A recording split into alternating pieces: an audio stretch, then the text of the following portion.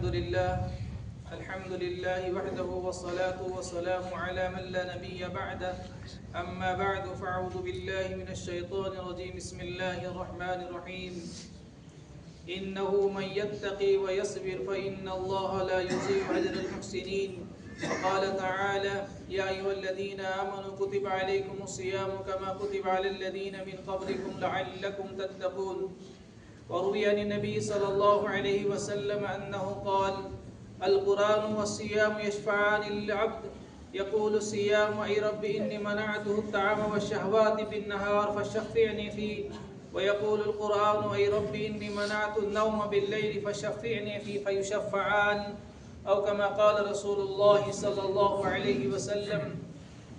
قابل احترام بزرگ اور دوستو، انسان کا بدن اور یہ انسان کی جو باڈی ہے، یہ اللہ رب العزت نے حقیقت میں اعمال کی ایک مشین بنائی ہے۔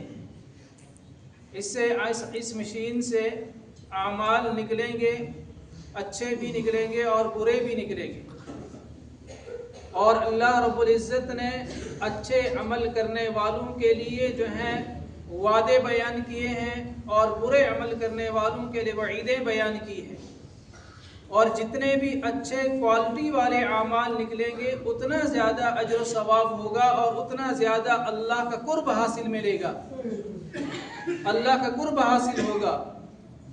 انسان کے اعمال کوالٹی والے کیسے بنے، وزنی اعمال کیسے بنے؟ چونکہ اللہ کے یہاں کل اعمال کو تولا جائے گا۔ قرآن کریم نے فرمایا فَأَمَّا مَنْ ثَقُلَتْ مَوَازِينُهُ فَهُوَ فِي عِيشَةٍ رَاضِيَّةٍ، کہ جن کے نام اعمال وزنی ہوں گے وہ من پسند زندگی میں کل جنت کے اندر ہوں گے، اپنی من پسند کی زندگی گزاریں گے۔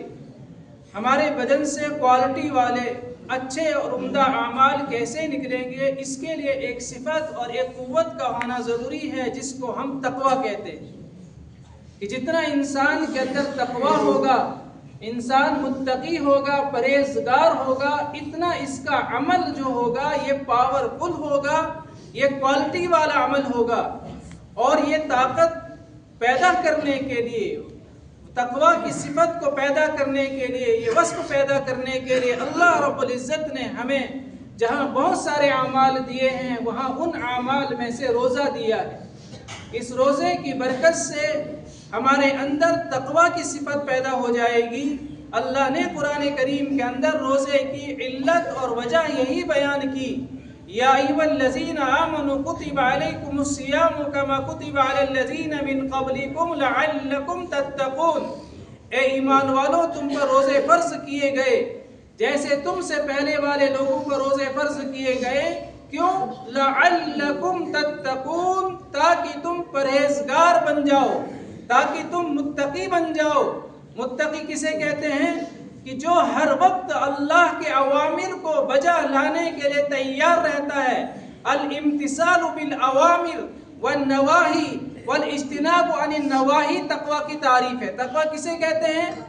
الامتثال بالاوامر، اوامر کو بجا لانا، اللہ کے احکامات کو بجا لانا، اور نواہی سے اپنے آپ کو بچانا، جن کاموں سے اللہ نے روکا ہے ان سے رک جانا، یہ تقویٰ ہے۔ رمضان کے اندر انسان بہت سی جائز خواہشات سے بھی اپنے آپ کو روک لیتا ہے اللہ کا حکم سمجھ کر، تو اس سے ایک قوت پیدا ہوتی ہے، ایک طاقت پیدا ہوتی ہے کہ رمضان کے اندر ہم نے جائز کاموں کو بھی چھوڑ دیا اللہ کا حکم سمجھ کر، تو ناجائز کیسے کر سکتے ہیں؟ تو ٹھیک اسی طریقے سے رمضان کے بعد پوری زندگی اسی صفت کے ساتھ جو گزارے گا وہ کامیاب ہوگا۔ حدیث میں اللہ کے نبی صلی اللہ علیہ وسلم نے فرمایا القرآن والصیام یشفعان للعبد، یہ قرآن جو ہم تہجد کے اندر پڑھتے ہیں، جو تراویح کے اندر سنتے ہیں، یہ اور روزہ کل اللہ کے سامنے بندے کے حق میں سفارش کریں گے۔ القرآن والصیام یشفعان للعبد، سفارشی بن کر آئیں گے۔ یقول الصیام ای رب انی منعته الطعام والشہوات بالنہار، روزہ کہے گا اے اللہ میں نے تیرے اس بندے کو دن کے اندر کھانے سے روکا اور شہوات سے روکا ہے۔ پتہ یہ چلا کہ روزے کا تقاضا یہ ہے کہ اپنے آپ کو جائز خواہشات سے اور ناجائز خواہشات سے اپنے آپ کو بچانا ہے، جب جا کر یہ روزہ سفارشی بنے گا۔ قرآن کہے گا یا ربی انی منعت النوم باللیل، قرآن کہے گا میں نے رات میں اس کو نیند سے آرام سے روکا، لہذا میری سفارش اس کے حق میں قبول فرما۔ حدیث میں آتا فیشفعان، ان دونوں کی سفارش اس بندے کے حق میں قبول ہوگی اور یہ کامیاب ہو جائے گا۔ اللہ نے ہمیں یہ رمضان کا مہینہ عطا فرمایا ہے، اور اسی طریقے سے جہاں اللہ باطنی اعتبار سے پاکیزہ دیکھنا چاہتا ہے ہمیں کہ ہم ہر اعتبار سے پاکیزہ، اللہ اپنے بندے کو ظاہری اعتبار سے پاکیزہ دیکھنا چاہتا ہے، باطنی اعتبار سے پاکیزہ دیکھنا چاہتا ہے۔ باطن کو پاک کرنے کے لیے، باطن کے ارادوں کو پاک کرنے کے لیے، جذبات کی پاکی کے لیے اللہ نے روزے کو فرض کیا۔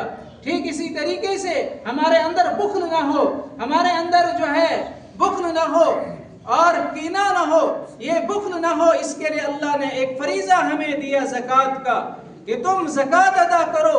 اس کی وجہ سے تمہارے اندر جو ایک بیماری ہے بخل کی، وہ نکل جائے گی، تمہارے اندر سخاوت کی صفت آئے گی، تم اپنے بھائیوں کے ساتھ غمخواری کرو گے، ان کے ساتھ ہمدردی کا اظہار کرو گے، تو مال دو گے تو اس سے بھی تمہارا نفس پاک ہو جائے گا۔ اللہ نے خود قرآن کریم میں فرمایا خذ من اموالہم صدقۃ تطہرہم وتزکیہم بہا، ان کے مالوں سے آپ صدقہ لیجئے، تطہرہم بہا وتزکیہم بہا، اللہ اس کے ذریعے سے ان کے باطن کو پاک کریں گے، ان کا تزکیہ کریں گے۔ تو گویا روزے سے بھی باطن کا تزکیہ ہوتا ہے، مال ادا کرنے سے بھی باطن کا تزکیہ ہوتا ہے۔ مال ادا کرنے سے، زکوٰۃ ادا کرنے سے جہاں باطن کا تزکیہ ہوتا ہے، وہاں اللہ پاک ہمارے مال کو بڑھاتے بھی ہیں۔ اللہ نے قرآن میں وعدہ کیا ہے وَمَا آتَيْتُم مِّن رِبًا لِيَرْبُوَ فِي أَمْوَالِ النَّاسِ فَلَا يَرْبُوَ عِندَ اللَّهِ وَمَا آتَيْتُم مِّن زَكَاةٍ تُرِيدُونَ بِهِ وَجْهَ اللَّهِ فَأُولَٰئِكَ هُمُ الْمُضْعِفُونَ، جو سود تم لین دین کرتے ہو، اس سے مال بڑھانا چاہتے ہو، یہ اللہ کے یہاں نہیں بڑھتا ہے۔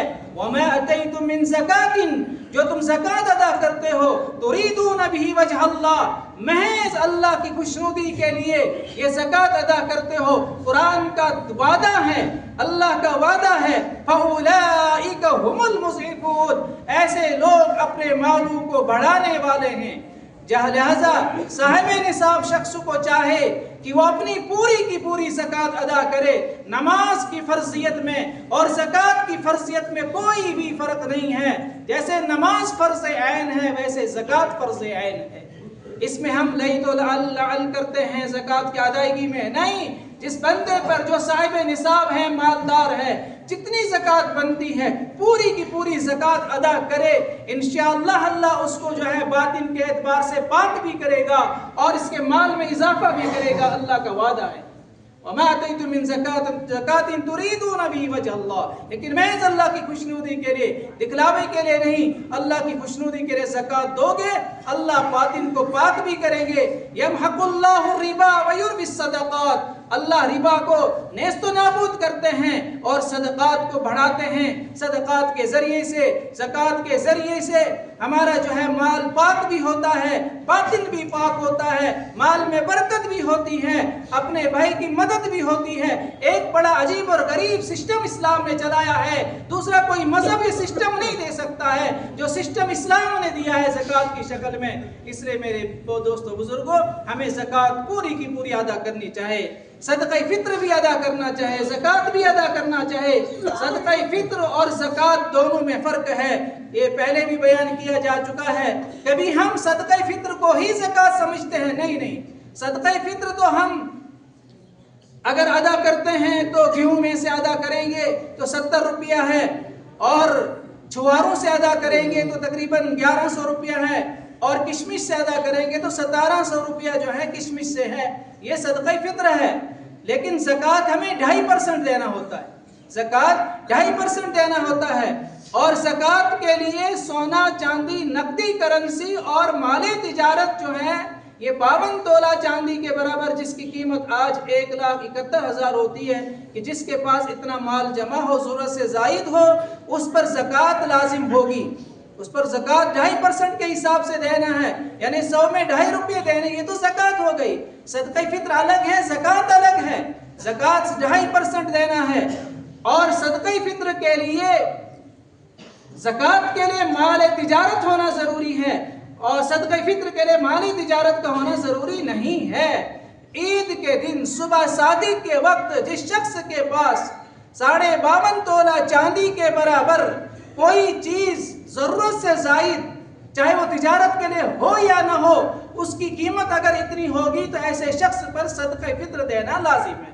صدقہ فطر دینا ان چیزوں سے صدقہ فطر دیا جائے گا۔ گیہوں سے دینا ہو تو تقریباً 70 روپیہ ہے، چوارے سے دینا ہے تو تقریباً 1100 روپیہ ہے، اور کشمش سے دینا ہے تو یہ تقریباً 1700 روپیہ ہے۔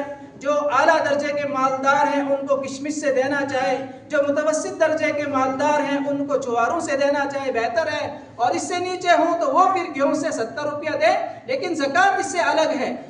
زکوٰۃ صدقہ فطر مسائل ہمیں معلوم کرنے چاہیے علماء سے۔ ہم 10 منٹ کے اندر یہاں پورے مسائل بیان نہیں کر سکتے ہیں، شریعت بہت باریک ہے، زکوٰۃ کے مسائل بھی بڑے باریک ہیں، اور زکوٰۃ کے لیے سال گزرنا شرط ہے۔ گزشتہ رمضان میں آپ نے زکوٰۃ ادا کی، اس وقت آپ صاحب نصاب تھے، اب اس وقت جو ہے آپ صاحب نصاب ہیں، اس وقت آپ کے پاس مال ہے اور 52.5 تولہ چاندی سے زیادہ مال ہے۔ اب جتنا بھی مال ہے، تجارت کا ہے، سونا چاندی ہے، نقد کرنسی ہے، اس تمام کو جوڑ کر جو ہے ان تمام کی زکوٰۃ ادا کرنی ہے۔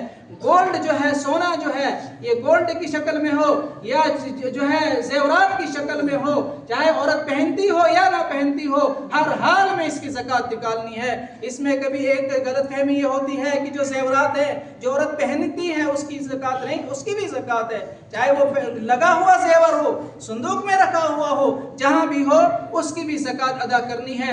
انشاءاللہ مزید جو مسائل ہوں گے اگلے جمعہ پر بیان کریں گے، اور جب بھی کوئی مسئلہ پیش آئے تو آپ علماء سے انفرادی طور سے بھی پوچھنا چاہے مسائل، تاکہ علم کی روشنی میں جو عمل ہوگا وہی صحیح عمل ہوگا، اور جتنا اخلاص سے ہوگا، جتنا عمل کی علم کی روشنی میں جو عمل ہوگا وہ اللہ کے یہاں قابل قبول ہوگا۔